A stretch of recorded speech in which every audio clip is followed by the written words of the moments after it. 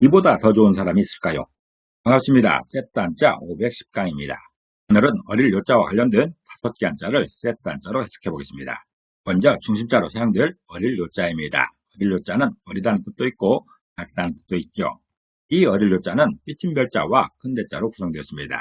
그 중에 삐침별자는 삐침을 의미하는데 비롯되다로 해석합니다. 그리고 큰대자는 사람을 의미하는데 큰 사람인 것이죠. 그래서 어릴 요자는 사람의 비롯된 모습이 어린 상태라 표현하고 있습니다.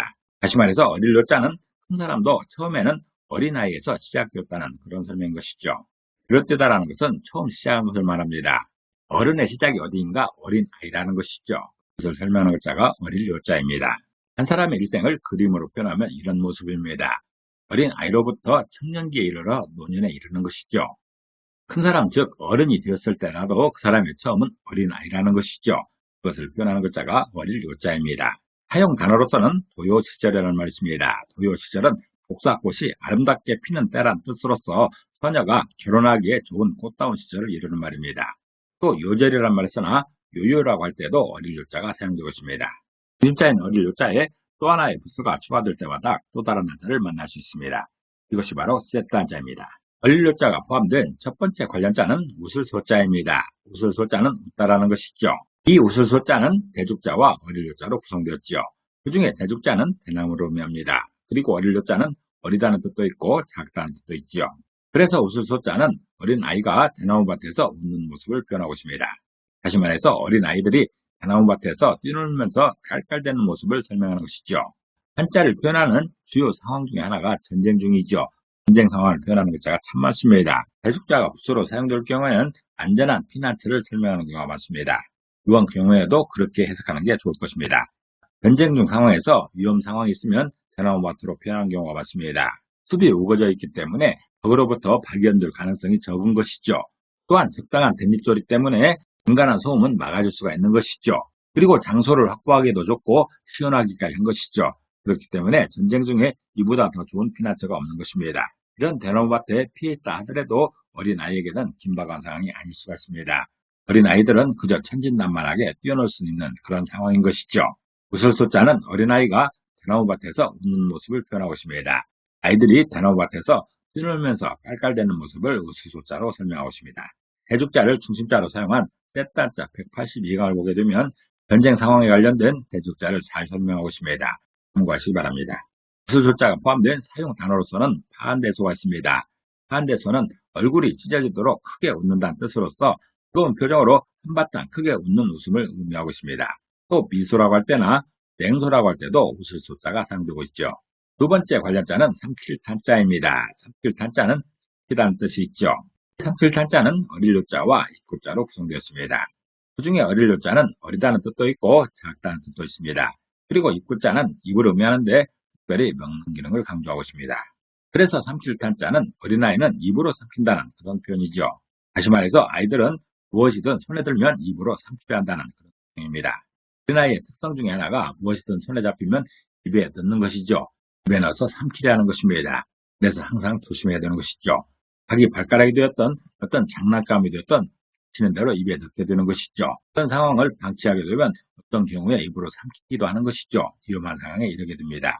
삼킬탄자는 어린아이의 특성을 말하는 것인데 어린아이는 입으로 삼킨다는 표현으로서 아이들은 무엇이든 손에 들면 입으로 삼키려 한다는 그런 설명입니다. 사용 단어로서는 감탄고토라는 말이 있죠. 감탄고토는 단면 삼키고 쓰면 뱉는다는 뜻으로서 자기 비위에 맞으면 취하고 싫으면 버린다는 그런 뜻입니다. 또 탄천이라는 말에서나 탄시라는 말에서도 삼킬탄자가 사용되고 있습니다. 어릴 요자가 사용된 세 번째 관련자는 아리따울 요자입니다. 아리따울 요자는 아리답다는 뜻이 있죠. 아리답다는 말은 몸가짐 등이 맵짓고 굵을 말합니다.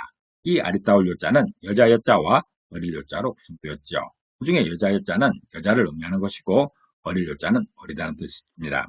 그래서 아리따울 요자는 어린아이는 아리답다고 표현하고 있습니다. 다시 말해서 여자아이의 귀여운 모습을 아리답다고 설명하고 있습니다. 어린 여자의 모습을 아리답다고 설명하고 있습니다. 요즘 사회에도 딸바보라는 말이 있죠.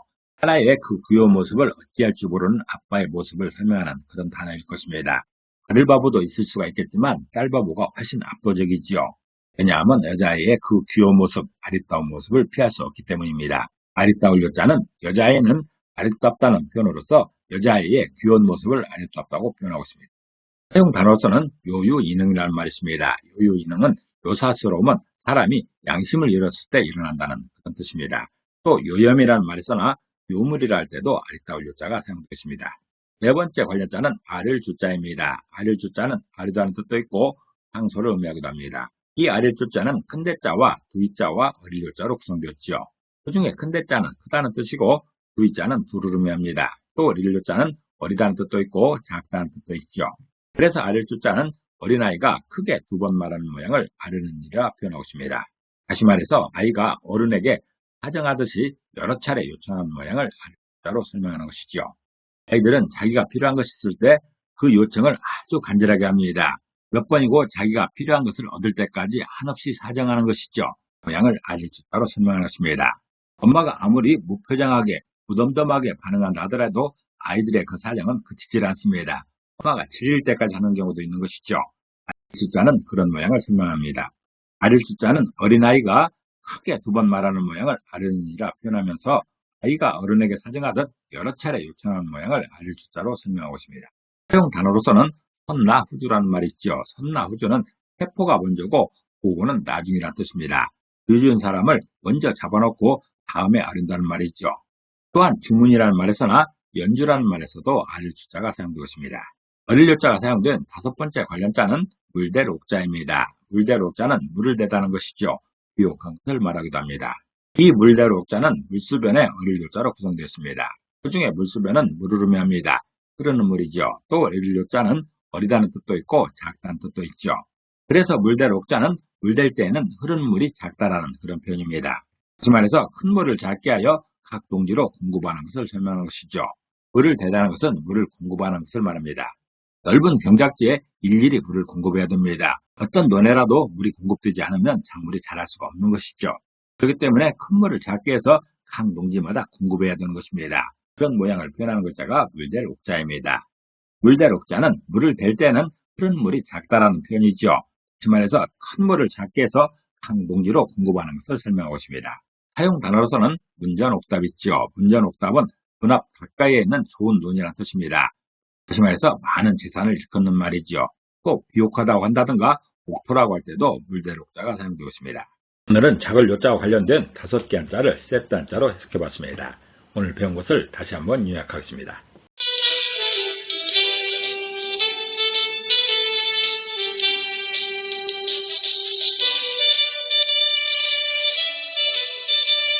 오늘도 평안을 기도합니다. 감사합니다.